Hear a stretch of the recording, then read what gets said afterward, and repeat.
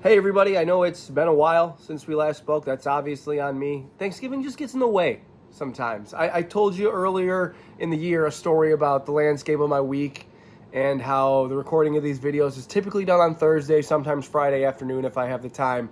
And with Thanksgiving obviously annually landing on a Thursday, it just threw off my week a little bit. I did have another party to go to on Friday that was in the afternoon, so I didn't have time.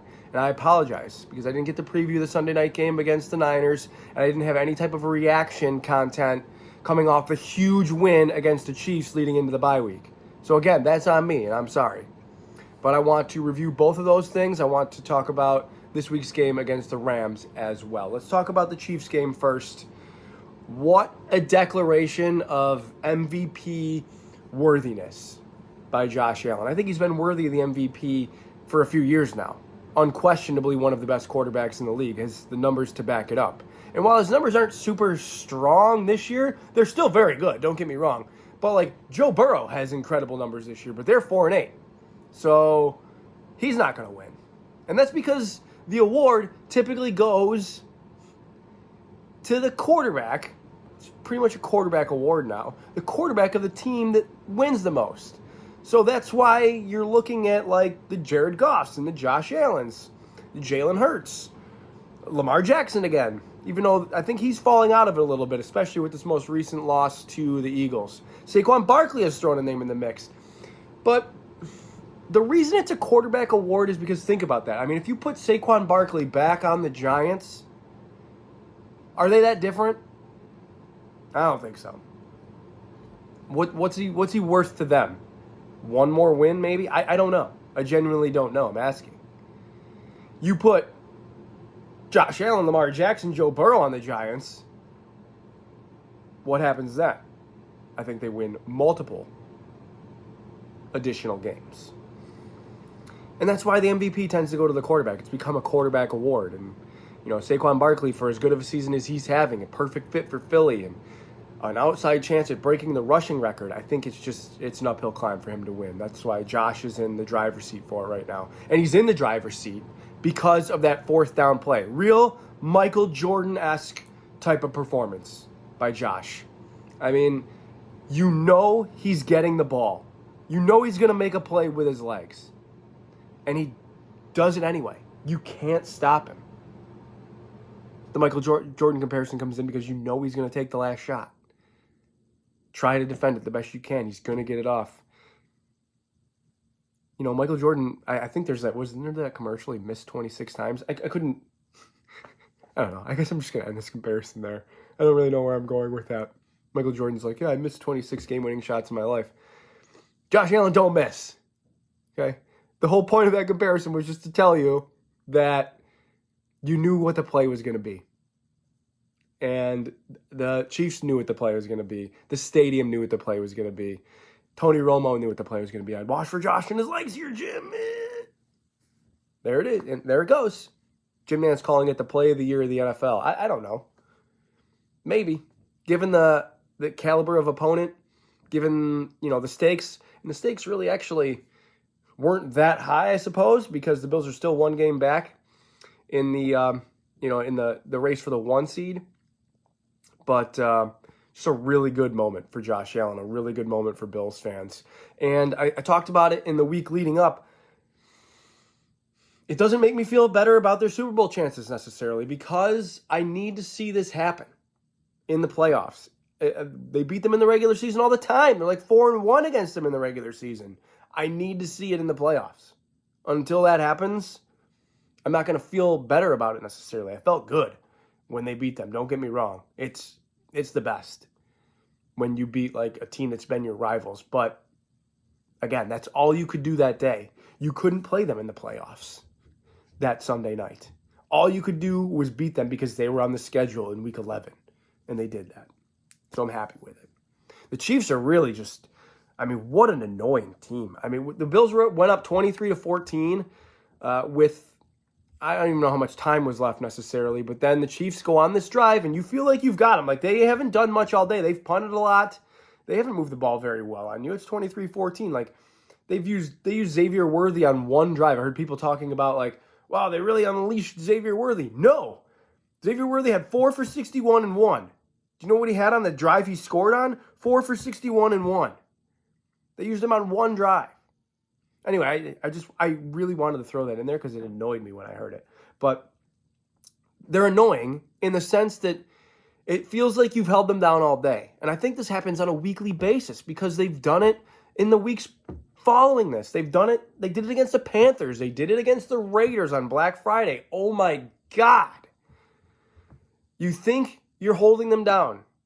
You're like, oh, we have a real shot at winning this. Like, we're up. Or, all we got to do is get one stop. You're not going to get it. So, the Bills are up 9 points in the fourth quarter with, 10 or 12 minutes to go or something like that. Of course the Chiefs turn into their Superman selves. And they march right down the field and make it 23-21. And the Bills get the ball back. And damn well you have to score. If you kick a field goal, you're probably losing. Because you'll only be up 5. Depending on how much time is left, I guess, necessarily. We know about how much time is left with the Chiefs. But if you're up 5, it's a little bit different when they have to get in the end zone. Okay? But the decision to go for it by Sean McDermott, is it ballsy? Of course it is. But it's the right call. If you kick the field goal to them with 2 minutes to go, you're probably going to lose. Give the ball to Patrick Mahomes with 2 minutes needing a touchdown. What do the Chiefs want? Think about it in that sense. What do the Chiefs want you to do? The Chiefs want you to kick the field goal because they want the ball back in Patrick Mahomes' hands with 2 minutes to go. They don't want you to go for it because they don't want you to run the clock out or score a touchdown. That's what you got to do. That's the move. Think about that. The strategy should be, what do they want me to do? And I'm going to do the opposite. Great job by the Bills. Great job by the Bills again on Sunday night against the Niners. I would have definitely picked the Bills to beat the Niners. I was a little bit, I'm following their injury report all throughout the week. Bosa, Trent Williams, Brock Purdy. Is Brock Purdy going to start? That's obviously going to give them a bit better of a chance. But the more I thought about it, it's like, this is the Niners. Like, they're not actually that good. Talk about a team that's like missing their window. I know that they are just snake bit by injuries more than really any other team. And I know they were in the Super Bowl last year and nearly won it. I'm just not sure they're that good this year. That's why you have to capitalize on the windows when you have them.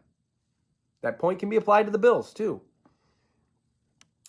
But the Niners, I just had a few thoughts. Do they ever play in snow? Not usually. Do they ever play at 8:20 at night? Think about that. No. When they're at home, all their games, even if they're on Monday Night Football or Sunday Night Football, are at 5. Even when they're at 4, the games are at 1. The only time their game is at 8:20 is if they're on the East Coast in prime time. And you think, Greg, yeah, that's dumb. They're pros. I think it matters. In the lead up to the game, you have to extend your prep by 3 hours. Something that you are never used to doing. I think it matters a little bit. On top of coming into the travel, the snow, the everything. Just a great night. I really can't. What do you want me to break down? Oh, I guess, yes, of course. MVP worthiness. We already talked about this. The Allen play. What more do you want me to say that hasn't been said? It's amazing that that is what we used to do in backyards after school. Oh, meet you at so and so's house at 4:00, and we would run plays like that. And the fact that it worked in the NFL is mind blowing. But you could see it happening. Like Cooper catches this ball, and he's kind of looking at Josh. He's like, "Do I do this?" And it's like all these thoughts are running through my head in that much amount of time. I'm like, is he going to throw this back? I think he's going to throw this back. This would be kind of insane. Boom, touchdown. Electric. An absolutely electric moment in the stadium. MVP worthiness. Might be the claim to the MVP trophy for Josh Allen. They rout the Niners. Debo, total non-factor. Christian McCaffrey, you don't love to see injuries ever, to especially the premier players in the league that are really fun to watch. And he was gashing the Bills on the 7 carries that he had, or 6 or 7 carries that he had to that point. But you could tell something was wrong right away. I mean, he caught it, took 2 steps, and was just, oop, I'm done. Again, I think that the rushing strategy is built in for the Bills. I think that they would prefer you to run the ball. They want you to nickel and dime your way up the field. That's how they go. They're like, we're just not going to give up big plays. If you get us with 6 yards here, 5 yards here, 8 yards here, 3, 4, good on you. We are not going to let you beat us down the field. No, not no way, not no how. And if you're running the ball well, that doesn't bode well for the Bills. That's what happened against the Ravens.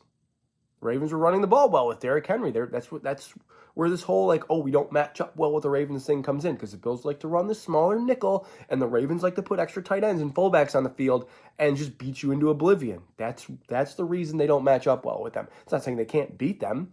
Just this one day in week 4, whatever it was, Derrick Henry was up to the challenge. Bills couldn't do anything about it. That seems to be the formula. It didn't help that the Bills were doing nothing on offense that night as well. Because lately, all they've been doing is scoring 30 points. They score 30 points every week. Doesn't matter who's in and out of the lineup. It's like automatic. It's insane how good they are. You can't help but be impressed. Down Dalton Kincaid, doesn't matter. Down Keon Coleman, doesn't matter. I mean, it almost makes you wonder why they even drafted these guys. I don't mean to take it that far, because I do think that they need talented players, of course. You don't want to put a roster out there that's like totally lacking talent. Look at the Texans game. The Bills can beat the Texans. No doubt in my mind the Bills can beat the Texans. But the day they played the Texans, they hadn't had Amari Cooper yet. They were down Khalil Shakir. They were down Taron Johnson. They were down Ed Oliver. Just a bad recipe. They were down. Wasn't Rapp or Hamlin, because Cole Bishop started that game. I can't remember which one off the top of my head. So yeah, I mean, the Bills had like a third of it. Felt like a third. I'm naming like 6 guys. I guess 6 guys out of like 22 starters. It's a pretty good amount. It's like a good 30%. Anyway, I'm rambling. This whole video is a ramble. This every week I'm rambling. Let's talk about the Rams. Because I think the Rams pose a bigger threat than you might think, because they are good at the nickel and diming.